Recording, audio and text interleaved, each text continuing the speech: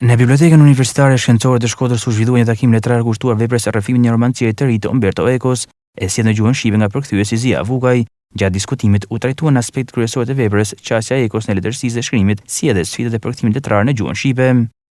Ky libër është libër eseistik, është ndërtuar mbi bazën e leksioneve që autori Umberto Eco ka zhvilluar me studentët amerikanë. Dhe ato janë mbledh dhe është formuar një libër shumë interesant, është libri më i fundit i autorit Umberto Eco.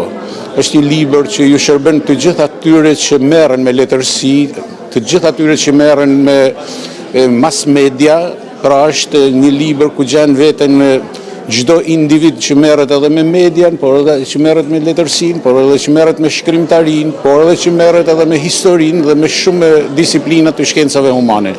Takimi solli një ndërthurje mes letërsisë, përkthimit dhe studimeve kulturore, duke nënvizuar rëndësinë e dialogut akademik rreth autorëve të mëdhenj të letërsisë botërore.